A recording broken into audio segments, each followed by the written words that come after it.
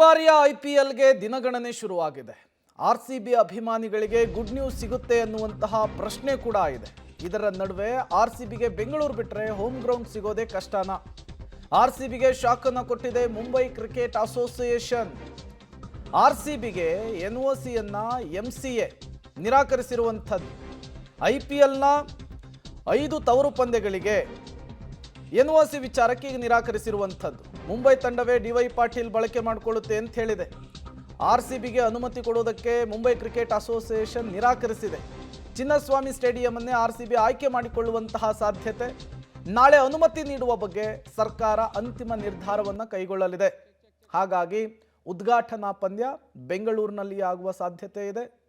ಬೆಂಗಳೂರಿನ ಚಿನ್ನಸ್ವಾಮಿ ಕ್ರೀಡಾಂಗಣವನ್ನು ಬಿಟ್ಟು ಬೇರೆ ಬೇರೆ ಆಪ್ಷನ್ಸ್ ಏನಿದೆ, ಆಲ್ಟರ್ನೇಟಿವ್ ಆಯ್ಕೆಗಳೇನಿದ್ದಾವೆ ಎಲ್ಲವನ್ನು ಕೂಡ ಈಗಾಗಲೇ ಪರಿಶೀಲಿಸುವಂತಹ ಕೆಲಸ ಆಗಿದೆ. ಯಾವುದು ಕೂಡ ಕೂಡಿ ಬಂದಿಲ್ಲ ಅನ್ನೋದು ಗೊತ್ತಾಗ್ತಾ ಇದೆ, ಯಾವು ಕೂಡ ಸರಿ ಹೋಗಲ್ಲ ಅನ್ನೋದು ಗೊತ್ತಾಗ್ತಾ ಇದೆ. ಹಾಗಾಗಿ ಬೆಂಗಳೂರಿನಲ್ಲಿಯೇ ಉದ್ಘಾಟನಾ ಪಂದ್ಯ ಆರ್ಸಿಬಿ ಭಾಗಿಯಾಗುವ ಸಾಧ್ಯತೆ ಹೆಚ್ಚು. ಡೀಟೇಲ್ಸ್ ಕೊಡೋದಕ್ಕೆ ರಾಘು ನೇರ ಸಂಪರ್ಕದಲ್ಲಿ ಜಾಯಿನ್ ಆಗಿದ್ದಾರೆ. ರಾಘು, ಬೆಂಗಳೂರಿನಲ್ಲಿಯೇ ಉದ್ಘಾಟನಾ ಪಂದ್ಯದಲ್ಲಿ ಆರ್ಸಿಬಿ ಆಡುವಂತಹದ್ದು ಫಿಕ್ಸಾ? ಹಾಗಾದ್ರೆ ಈ ಎಲ್ಲ ಬೆಳವಣಿಗೆಗಳನ್ನು ನೋಡ್ತಾ ಇದ್ರೆ ಖಂಡಿತವಾಗಿಯೂ ಪ್ರೇಮ, ಯಾಕಂದ್ರೆ ಈ ಹಿಂದೆ RCB ಬೆಂಗಳೂರಿನಲ್ಲಿ ಆದಂತಹ ಕಾಲ್ತುಳಿತ ಪ್ರಕರಣ ಆದ ಬಳಿಕ RCB ಮ್ಯಾನೇಜ್ಮೆಂಟ್ ಬೇರೆ ಬೇರೆ ಮೈದಾನಗಳಿಗೆ ಅಂದ್ರೆ ಬೇರೆ ಬೇರೆ ಅಸೋಸಿಯೇಷನ್ ಮೈದಾನಗಳಿಗೆ ಹೋಗಿ ಮನವಿಗಳನ್ನು ಮಾಡಿಕೊಂಡಿತ್ತು, ನಮಗೆ ಅವಕಾಶಗಳನ್ನು ಕೊಡಿ ತವರು ಮೈದಾನಕ್ಕಾಗಿ ಅಂತೇಳಿ.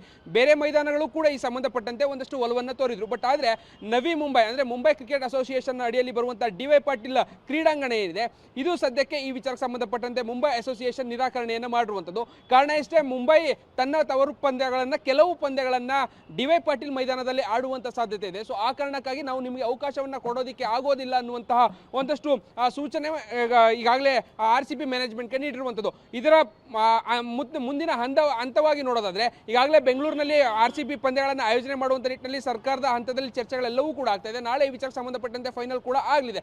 ಬಹುತೇಕ ಬೆಂಗಳೂರಿನಲ್ಲಿ RCB ಪಂದ್ಯಗಳು ನಡೆಯುವಂತ ಸಾಧ್ಯತೆ ಇರುವಂತ ಕಾರಣಕ್ಕಾಗಿ ಈಗ ಆಗಿರುವಂತ ಬೆಳವಣಿಗೆ ಹಿನ್ನೆಲೆಯಲ್ಲಿ ನೋಡೋದಾದ್ರೆ RCB ತನ್ನ ಎಲ್ಲ ಪಂದ್ಯಗಳನ್ನು ಕೂಡ ಬೆಂಗಳೂರಿನಲ್ಲೇ ಆಡುವಂತ ಸಾಧ್ಯತೆ ಬಹಳ ದಟ್ಟವಾಗಿ ಕಾಣ್ತಾ ಇದೆ. ಜೊತೆಗೆ ಓಪನಿಂಗ್ ಅಂದ್ರೆ ಯಾವಾಗ ಚಾಂಪಿಯನ್ ಆಗಿರ್ತಿದೆ ಆ ಚಾಂಪಿಯನ್ ತಂಡ ಮುಂದಿನ ಸೀಸನ್ ಓಪನಿಂಗ್ ಪಂದ್ಯವನ್ನು ಆಡುತ್ತೆ. ಸೊ ಆ ಅವಕಾಶವೂ ಕೂಡ ಬೆಂಗಳೂರಿನ ಚಿನ್ನಸ್ವಾಮಿ ಮೈದಾನಕ್ಕೆ ಸಿಗುವಂತ ಸಾಧ್ಯತೆ ಇದೆ. ಸೊ ಈ ಎಲ್ಲ ಬೆಳವಣಿಗೆಗಳನ್ನು ನೋಡ್ತಾ ಇದ್ರೆ RCB ಅಭಿಮಾನಿಗಳಿಗೆ ಒಂದು ರೀತಿಯಾದಂತಹ ಗುಡ್ ನ್ಯೂಸ್ ಅಂತಲೂ ಕೂಡ ಹೇಳ್ಬೋದು. ಬಟ್ ಆದ್ರೆ ಮನವಿಗಳನ್ನ ಮಾಡ್ಕೊಂಡಿದ್ದಂತಹ RCB ಮ್ಯಾನೇಜ್ಮೆಂಟ್ಗೆ ಈಗ ಆ ನವಿ ಮುಂಬೈನ ಮೈದಾನ ಸಿಗ್ತಾ ಇಲ್ಲ ಅನ್ನುವಂಥದ್ದು ಒಂದು ವಿಚಾರ. ಆದ್ರೆ RCB ಪಂದ್ಯಗಳೆಲ್ಲವೂ ಕೂಡ ಬೆಂಗಳೂರಿನಲ್ಲಿ ಆಡುವಂತ ಸಾಧ್ಯತೆ ಬಹಳ ದಟ್ಟವಾಗಿರುವಂಥದ್ದು ಮತ್ತೊಂದು ಸಾಧ್ಯತೆ ಇರುವಂಥದ್ದು. ನಾಳೆ ಎಲ್ಲದಕ್ಕೂ ಕೂಡ ಅಂತಿಮವಾದಂತಹ ಒಂದಷ್ಟು ವಿಚಾರಗಳೆಲ್ಲವೂ ಕೂಡ ಫೈನಲ್ ಆಗಿ ತಿಳಿದು ಬರುವಂತದ್ದು. Prem, okay, thank you Raghu ತಮ್ಮೆಲ್ಲ ಮಾಹಿತಿಗಾಗಿ.